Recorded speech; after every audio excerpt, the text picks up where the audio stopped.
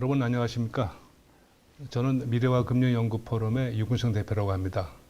오늘 저는 여러분들과 인생 2막을 어떻게 하면 성공적인 삶을 살 수 있을까 하는 관점에서 행복한 노후의 삶이라는 주제로 여러분들을 만나보려고 합니다.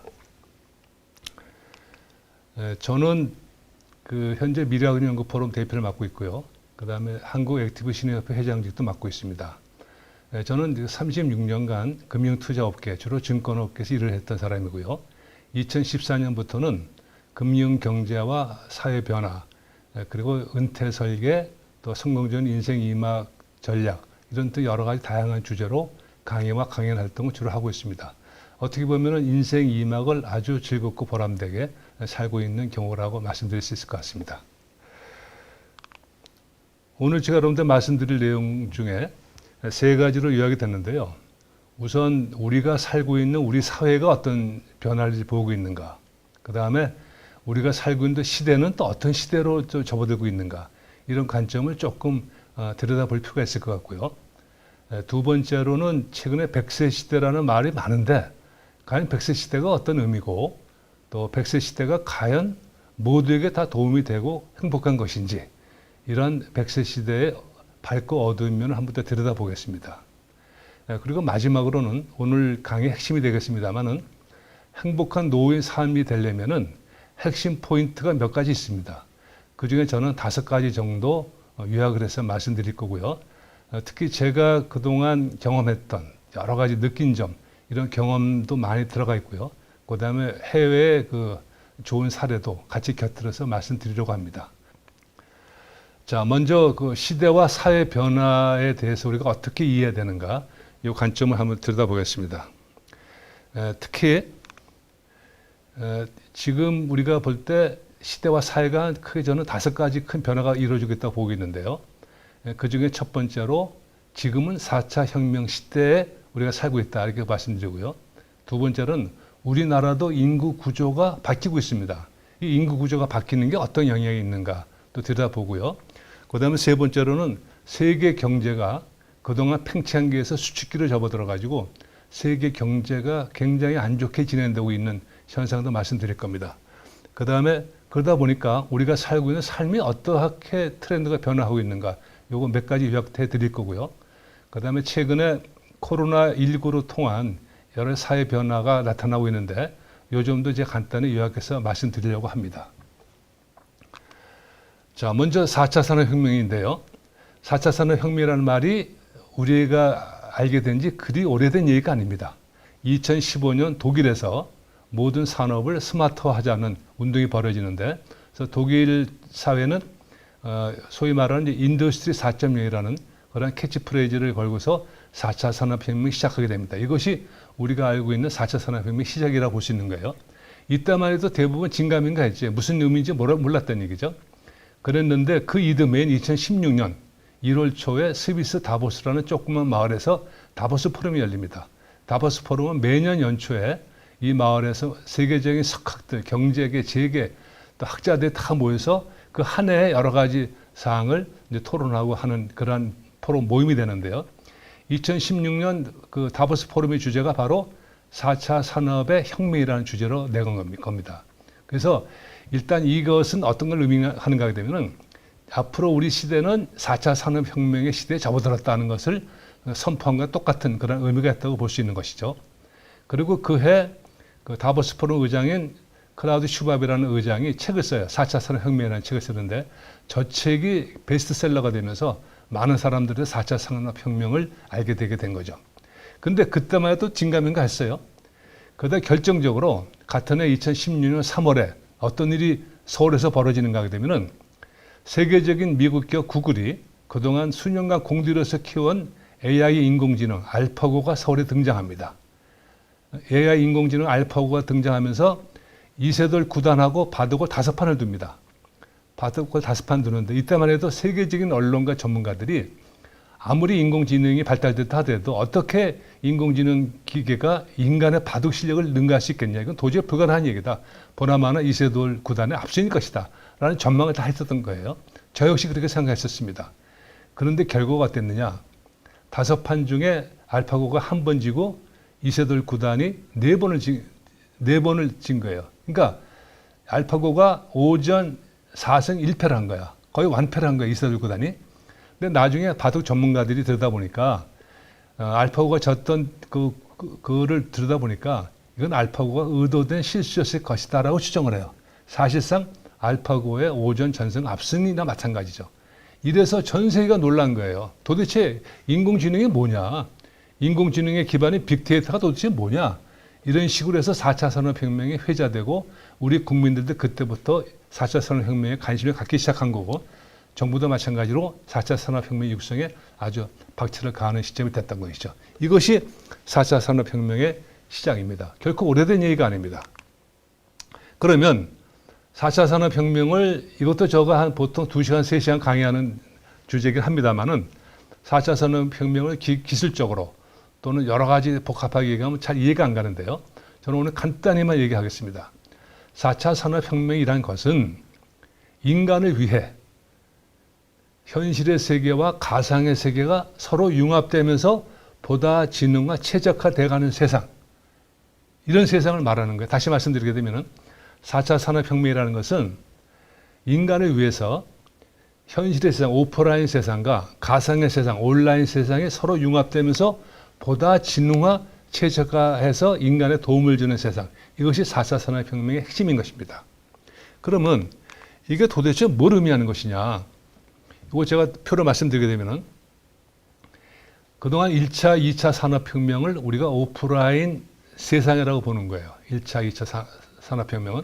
참고로 1차 산업혁명은 18세기 중엽에 그 기계화 혁명, 그러니까 전기를 압축해서 동력을 발생시키는 전기기관을 발명함으로써 그 전만 하려던 모든 물건은 인간들이 손으로 물건을 만들어냈다면 이 전기기관이 발명되면서 이때부터 기계가 물건을 만들어내는 시대의 변화가 이루어진 것이죠. 이때도 엄청난 변화를 보는 거예요. 그로부터 100년 후인 2차 산업혁명이 이루어지는데 이때는 어떤 일이 벌어지느냐. 18세기 중엽 19세기 초에 전기 에너지를 발명을 해, 인간이. 그걸 통해서 이제 물건 만드는 것이 대량 생산 체질을 만들어지게 되는 거예요. 컨베이어 벨트 시스템 같은 걸 해서 대량으로 물건을 찍어내고 만들어내는 그 시대가 이제 대량 생산 혁명이 이루어지는 것이 2차 산업혁명이었던 거예요. 이때도 엄청난 인류의 변화가 있었던 것이죠. 그로부터 70년 후에 컴퓨터와 인터넷을 기반으로 한 정보화 사회가 열리기 시작합니다. 이때부터 이제 가상, 온라인 세상이 열리기 시작하는 거예요. 이것도 엄청난 변화 중에 하나였죠. 그러다가 이제 2015년부터 정확히 4차 산업혁명이 시작됐는데 이것은 인간과 사물과 공간이 서로 융합되면서 초지능화되는 혁명, 이것을 4차 산업혁명이라고 그러는 겁니다.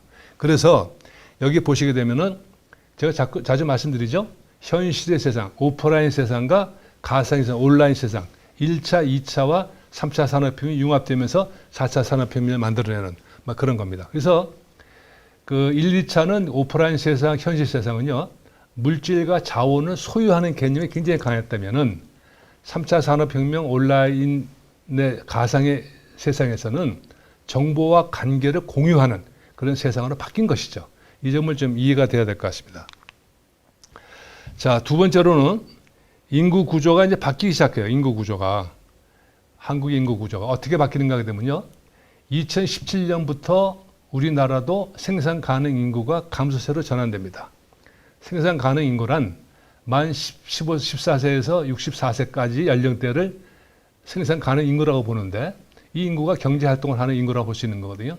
이것이 이러한 인구가 2017년부터 줄기 시작합니다. 생산 가능 인구 감소가 나타난 현상은 제가 잠시 후에 또 일본의 예를 잠깐 말씀드리겠습니다만은 또 어떻게 우리가 인구가 바뀌는가 하면은 현재 65세 이상 노인의 비율이 전체 인구의 14%나 차지합니다. 이것이 2026년 앞으로 한 5, 6년 후에 가게 되면은 이것이 20%대로 늘어납니다. 그러니까 우리나라가 전체 인구 5천만 명 잡고 20%면은 65세 노인들이 한 1,000만 명 이상 되는 시대에 살게 되는 겁니다. 그로부터 또 5년 후에는 2030년 가게 되면은 2026년 30년 가게 되면은 이것이 26%, 30%까지 올라가서 노인들이 엄청나게 늘어나는 그런 시대를 만드는 인구 구조가 바뀌는 것이죠. 그로부터 2031년 가게 되면은 우리나라가 단군 이래 처음으로 인구가 감소세로 전환되는 그러한 나라로 인구 구조가 바뀌는 나라가 되는 겁니다. 그래서 인구라는 문제가 굉장히 중요한 문제라고 볼 수 있는 거고요. 참고로 아까 일본의 예를 들어야 되는데요. 일본은 1992년도에 생산 가능 인구가 감소세로 전환됩니다.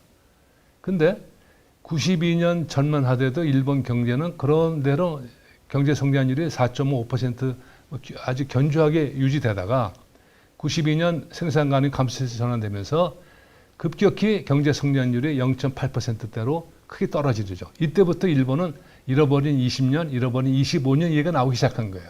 굉장히 큰 변화였죠. 또 이때 일본의 부동산도 폭락을 합니다. 일본의 부동산은요, 86년부터 1991년까지 5년 동안 부동산 가격이 급등을 하는데 그때 집값이 보통 4, 5배 오르는 정도의 급등하는 광풍이 일어나는데 근데 부동산 그 가격도 공교롭게 92년부터 20년 동안 계속 폭락세를 보였던 그런 현상을 볼 수 있었던 거예요. 우리나라가 꼭 일본처럼 가지는 않겠습니다만은 생산 가능 인구가 우리 경제에 미치는 영향이 크다는 것을 우리가 간접적으로 알 수 있을 것 같습니다.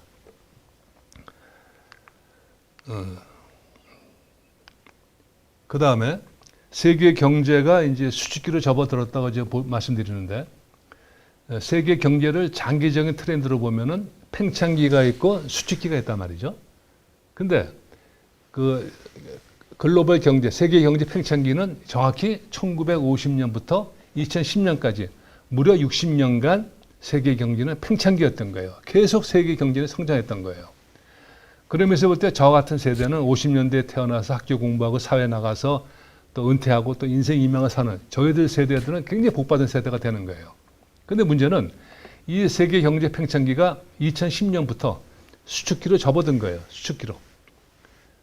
그러니까 한번 이게 그 모양을 잡기 시작해야 돼 보통 20, 30년, 어떤 경우는 40, 50년 가는 경우가 있는데 이렇게 진짜 20, 30년 동안 세계 경제가 수축기로 접어든다 하게 되면은 우리 자녀들, 우리도 손주들 세상은 어떨 것인가 그런 생각하게 되면 참 아찔한 생각을 많이 합니다. 이것이 바로 세계 경제 수축기로 접어든 거고요.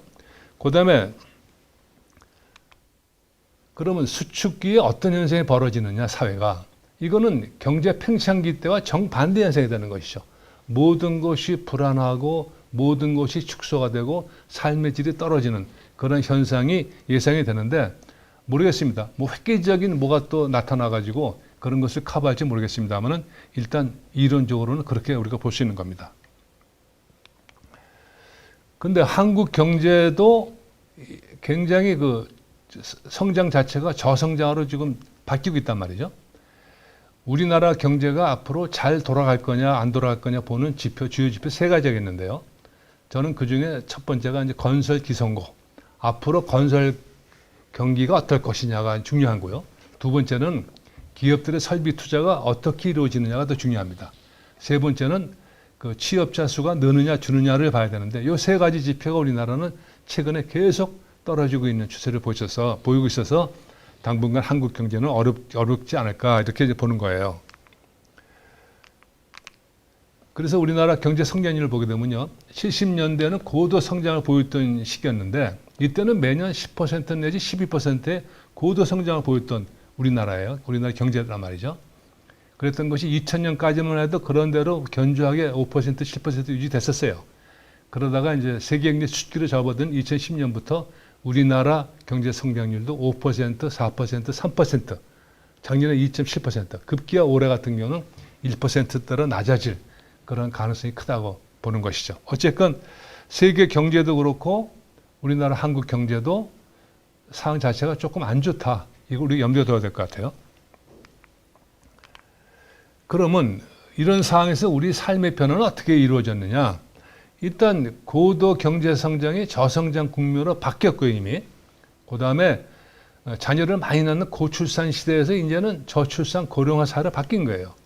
우리나라 출산율이요, 세계에서 가장 낮은 출산율을 보고 있습니다. 최근 정부가 발표한 통계를 보면요, 우리나라 합계 출산율이 0.96명, 한 명도 안 됩니다. 보통 남녀가 결혼해서 2.1명 이상의 그 출산을 해야 그 나라의 국민과 그 나라의 국력이 유지되는데 우리나라는 세계 최하위인 거예요. 참고로 일본만 하더라도요. 일본이 1.57명 정도 됩니다. 그다음에 미국은 2.1명 정도. 유럽만 하더라도 1.8명 정도 합계 출산율이. 우리는 점점 떨어지고 있어요. 이것도 굉장히 큰 문제가 되고 있는 것이죠. 그래서 저는 앞으로 우리나라 국가 지도자를 뽑을 때는 인구 문제를 잘 대처할 수 있느냐 없느냐도 우리가 이제 바라다 봐야 될 필요가 있다. 이렇게 말씀드립니다. 그런 상황에서 최근 경제 그 패턴 자체도 그동안 소유했던 내 거라는 개념의 소유 경제에서 이제는 공유 경제 더불어 내 것도 빌려주고 남 거 빌려받고 하는 공유 경제로 바뀌었다는 것이 큰 현상이고요. 특히 유럽 같은 경우는 공유 경제가 하나의 대세로 지금 자리 잡고 있는 걸 말씀드립니다. 그 다음에 이 코로나 얘기를 또 안 할 수 없는데요. 코로나19를 통해서 금년 한 해 여러 가지 우리가 변화를 경험하고 있지 않습니까? 제가 지금 하는 강의도 원래는 여러 분 모여놓고 이제 같이 호흡하고 질의응답 받고 서로 재밌게 해야지 이 교육의 효과가 나는 것인데 이제 온라인 기후로 바뀌고 있지 않습니까? 이것이 큰 변화인데 이것을 소위 말하는 비대면 경제활동이라고 그래요. 비대면, 언택트 이제 이코노미라고 하는데 비대면 경제활동에 경제야만 이루어지는 것이 아니고 교회라든가 성당이라든가 이런 데도 온라인 예배를 보는 경우가 많죠. 뭐 그런 거. 그러니까 여러 사람이 모이는 자체가 어렵다 보니까 이제는 서로 안 만나고 온라인을 통해서 서로 교류하고 또 요새 줌이라는 그 기능을 통해서 서로 연결되는 그런 현상을 비대면 경제활동이라고 보는데 아마 이것이 제가 볼 때는 앞으로 당분간 이렇지 않을까 저는 생각이 들어집니다. 굉장히 어려운 국면이라 보시는 거고요. 그 다음에 이제 안전한 건강생활. 모든 국민들이 코로나 경험하니까 이게 내 건강은 내가 지켜야 되겠다. 각자 도생 뭐 이런 얘기가 막 나올 정도로 독자 생존 얘기가 나올 정도로 그래서 마스크 쓰는 건 물론이고 뭐 손 씻기도 열심히 하고 사람 많이 모이는데 피하고 그 다음에 자기 스스로 면역력을 높이기 위한 음식과 그런 영양제를 보충한다든가 이런 경우로 많이 바뀌고 있고 또 바뀔 거로 봅니다. 이게. 그래서 서로들 건강한, 안전한 건강 생활이 이제 대세가 되고 있다는 거고요. 그다음 세 번째는 제가 잠깐 말씀드렸습니다만은 비대면 서로 만나는 것 자체가 꺼려지다 보니까 이제는 뭐 모바일을 통해서 또 온라인을 통해서 모든 것이 이루어진단 말이죠. 쇼핑도 그동안 이제 쇼핑몰, 그 다음에 이제 그 마켓 가서 이제 물건을 샀던 그런 시대였다면은 이제는 전화로 주문 다 하지 않습니까? 온라인으로. 인터넷에 주문 다 한단 말이에요. 그럼 다 배달해주고. 이런 식으로 해서 이제 우리 그 나이 드신 분들도 디지털 시대에 우리가 이제 많이 적응을 해야 된다. 스스로. 이것을 말씀드려서 앞으로의 사회가 이제 모든 것이 더 디지털화 이렇게 될 가능성이 크다는 걸 말씀드리는 겁니다.